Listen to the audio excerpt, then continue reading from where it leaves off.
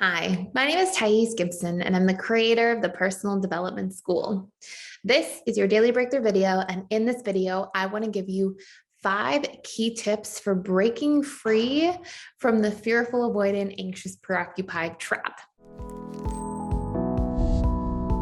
So, for those of you who are, watching this channel, are participating in the comments, all these sorts of things, and really invested in learning about attachment styles, we are going to be doing this huge attachment style sort of summit in webinar format throughout January, February, and extending into March. We're going to do a weekly webinar about all these different relationship types. So the fearful avoidant with fearful avoidant, AP with FA.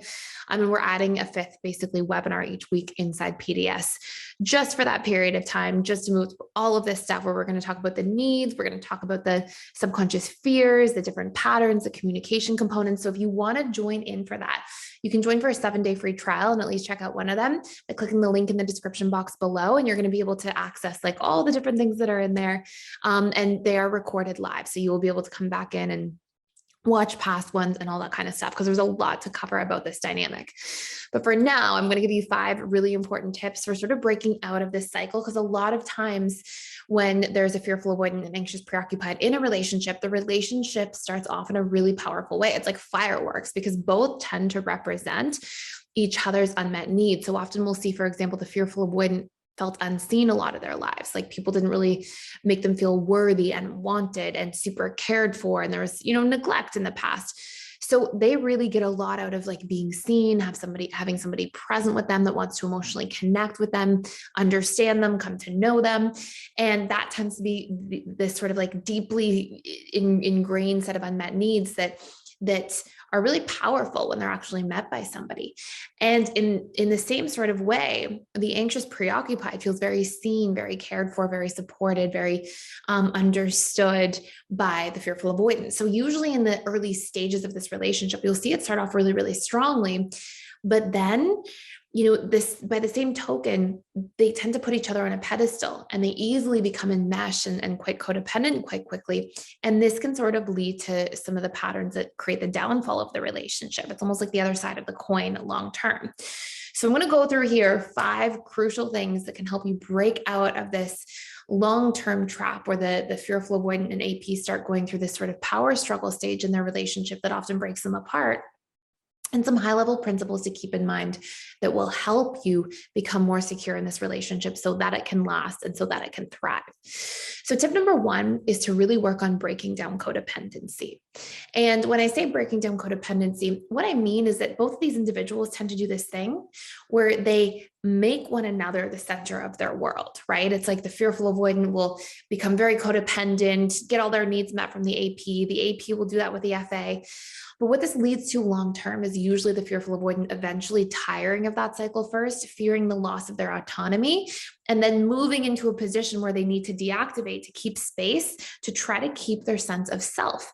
Because fearful avoidants tend to have negative emotional associations with codependency and enmeshment. So while that may be, something that's interesting to them and connecting with them in the dating stage of a relationship and even through the honeymoon stage, eventually this actually activates some of those fears when that neurochemical cocktail of like oxytocin and serotonin and phenylethylamine and all of those like infatuation neurochemicals starts to wear off.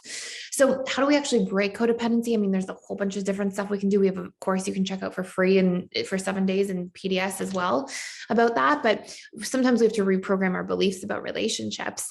But another really important way that's just really practical and that you can start immediately is just to make sure that you have a balance across the 7 areas of life, that you don't give up, seeing your friends, seeing your family when you get into a new romantic relationship, that you don't give up investing in your career, budgeting and maintaining a healthy relationship to your financial area of life, that you don't give up learning, taking care of your own emotions and personal, mental, emotional, spiritual growth. It's as long as we have balance across the 7 areas of life, and as long as we're getting our needs met from multiple facets of our lives, it's actually quite difficult to go into codependent patterns. So sometimes we just have to like be really clear about this and make sure that even though we may feel that pull to be like, oh, I'm going to cancel on friends and just spend time with the person I'm dating, I'm going to cancel on my own personal growth evening, or doing my spiritual growth work, and I'm just going to spend time with this person instead. While that may be tempting, we want to have some kind of mindful relationship to each of the different areas of our life, so we don't engulf one another, see each other as getting all these needs met just specifically from one another, and then end up in these codependent patterns. And this really brings me to point number 2, which hand in hand with this, we have to learn to have boundaries with each other, and we have to learn to communicate them in this fearful, avoidant, anxious, preoccupied dynamic. So this means being able to share, and a really healthy thing that goes a long way in this dynamic is to be able to say, I need to have a boundary because, and to just bring extra transparency, because both FAs and APs tend to personalize things quite easily. And usually they'll make it mean like, oh, you didn't want to cancel on your friends when you have in the past to spend time with me. And that means you're losing feelings, or that means you're going to abandon me, or that means we're growing apart and we're disconnecting. And all these fears come up for both attachment styles. So the more we can just bring transparency and be clear about why, hey, I have a boundary because I want this relationship to work long-term. And I'm realizing that I'm being a little bit codependent in this dynamic, and I want to make sure that I have a balance so that we can keep growing together. Like, the more you can just share that why behind things, so it's sort of like boundary plus why, right? Boundary plus transparency. The more you do that, you're going to proactively avoid so many different potential problems and challenges that really come through miscommunication and personalization in this dynamic. Which brings me to number 3, which is working through our own core wounds and personalizing things, and trying to bring communication into the dynamic where we say, hey, I'm feeling like this is personal to me. I'm taking this as me being abandoned or unloved. And, is that where it's coming from? Like, asking for transparency in this dynamic. What did you mean by that? Why do you want to set this boundary? I would just want to understand it. Not challenging the boundary, because we have to respect the boundary, but asking for transparency and understanding to avoid taking things so personally. And then internally at the same time, questioning our own stories and narratives. When we take something personally, it's really easy to be like, oh, I'm unloved, I'm unworthy, and to give meaning to something that doesn't go our way. But it's extremely valuable to be able to question these pieces of meaning. Can I really know this person didn't invite me to see their family because they don't love me? Perhaps they're just catching up with their family in a more personal way because we've been spending so much time together lately. And if I feel compelled to, I can even ask about this and be clear about this in a situation. So this is really, really important to work on challenging and questioning the inherent meaning we give to things, especially when we're triggered. So we're not quick to make assumptions about the relationship and then hurt accordingly, and then be reactive accordingly as well. Number 4, and this is very important as well, is to manage our expectations with each other, and to really convert these expectations into needs and talk about them instead. So often what happens is, because that early stage of this relationship dynamic tends to set both parties off on like this really strong foot where they're really connecting, and there's all these fireworks and they're feeling really present and seen by each other and meeting these deep unmet needs. Often what we'll see long-term is that we believe, oh, this person just gets me. This person just always understands me. They always see me. And while that can feel like a beautiful experience, it often comes with these sort of insidious, quiet expectations in a relationship dynamic as well. And what this can lead to long-term is the moment somebody doesn't live up to this huge pedestal we've put them on, we hurt, we suffer, we feel disappointed by somebody. We can often feel betrayed by somebody. But there's a big difference between being betrayed by a person versus being betrayed by your expectations about a person. And it's really important to make this distinguished difference, especially in this FA-AP dynamic. And so what I would invite you to do is take the time to really look at this stuff and to go, okay, hold on a moment here. Am I betrayed by the person, or my beliefs about how the person should act or what they should have done? And if I find myself more betrayed by the expectation of them than by their actions themselves, have I actually communicated what I want or expect in this situation? And if the answer is no, it's time to do so.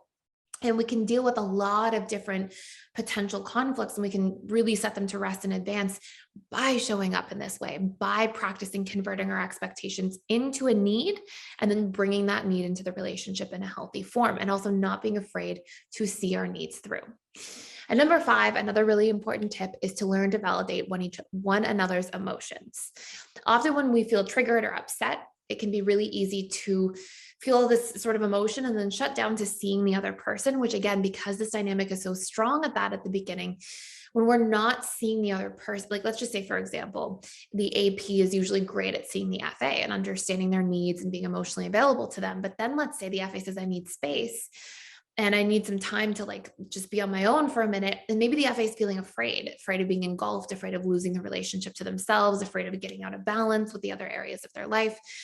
And let's say in that moment where the AP is normally very understanding, maybe in that situation, their abandonment fear is triggered. And then they're so triggered, they start saying, no, I can't believe you're doing this to me. Like, we're going to spend time together. Like, we need to spend time. I need you to tell, and they start violating that boundary by accident. And what happens is when we get into dynamics, when we get into arguments, disagreements, when we're not meeting each other's needs and there's a conflict, it can be really easy to sort of like forget to see the other person. FAs totally do this as well. This is like a two-way street in this dynamic, big time. And so what can be very valuable is for us to remember that we can validate each other's emotions without validating each other's behavior. So we might be able to say in that case, of that example, the FA might be able to say to the AP, hey, like, I understand you feel afraid that we're going to grow apart or disconnect right now, but I really believe in the relationship. Like, I think we're in a good spot. I'm just experiencing needing some time alone. And they can, say, I see you feel afraid. It's going to be okay. Like, validate and reassure the emotion without saying it's, oh, no worries. I don't need the boundary. Let's spend time together, even though it goes against what I actually need for myself. So you're not doing that. You're able to enforce the boundary, really holds the line there on the boundary, but at the same time, communicate and validate that person's emotional state, give them some reassurance, and vice versa, right? This really goes both ways in this relationship dynamic. So there's literally so much more we can talk about in here in terms of needs and what some of the expectations are and how to reprogram these patterns and all these different dynamics. But if you want to check out our sort of 3-month, 2.5-month series on like all the different attachment style relationship dynamics in live course webinar form with slides and little worksheets, please feel free to join us throughout this period of time. And you'll learn a lot about these different dynamics. So thank you so much for being here. Thank you for watching. Please like, share, and subscribe if you haven't already. And I will see you in the next video.